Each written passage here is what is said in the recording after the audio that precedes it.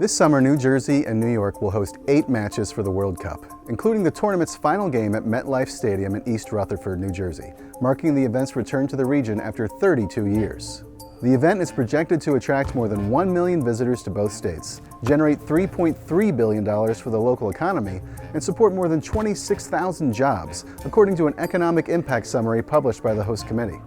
But as the tournament draws closer, New Jersey and FIFA, soccer's global governing body, are clashing over costs, raising concerns about the tournament's financial impact on the state. The question isn't whether New Jersey can successfully host the World Cup, but whether the cost will be worth it in the end. Economic activity numbers are way bloated and overstated. They're done by consultants trying to win the bid process. So usually economists after the fact do these studies and measure true benefits and costs. And at the end of the day, it's usually much more costly to host a FIFA World Cup than to have it.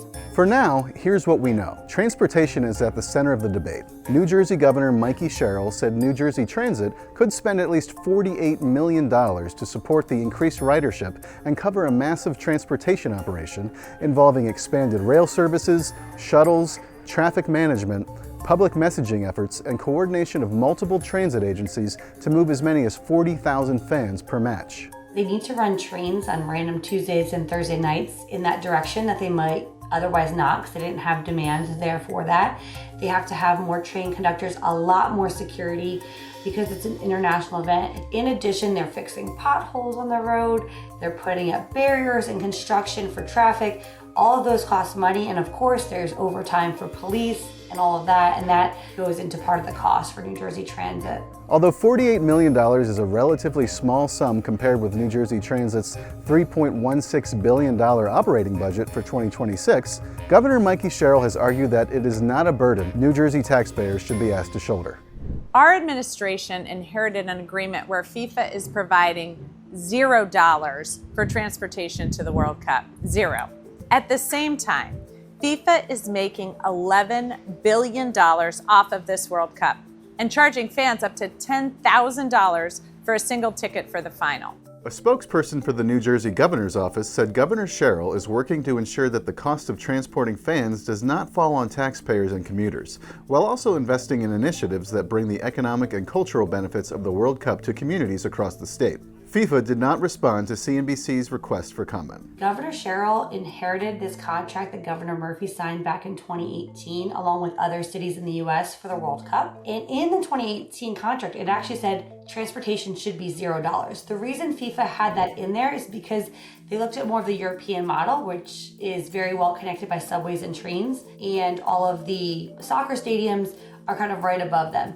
That's not the case in US cities, and it was pretty clear even after the pandemic and in 2023 that this was not going to be cheap to transport 80,000 or 50,000 fans depending on the stadium size. So back in 2023, FIFA said, okay, you could charge people something, but by the way, you're still not getting parking because that was part of the original contract. So that's put a lot of strain on New Jersey Transit to pick up all of the rider share as opposed to letting people park at the stadium like they would during normal football games. To offset those expenses, New Jersey Transit initially announced that round-trip tickets from New York City to MetLife Stadium would cost $150, nearly 12 times the regular fare. Following public backlash and the securing of several sponsorship deals, the agency eventually lowered the fare to $98 in May.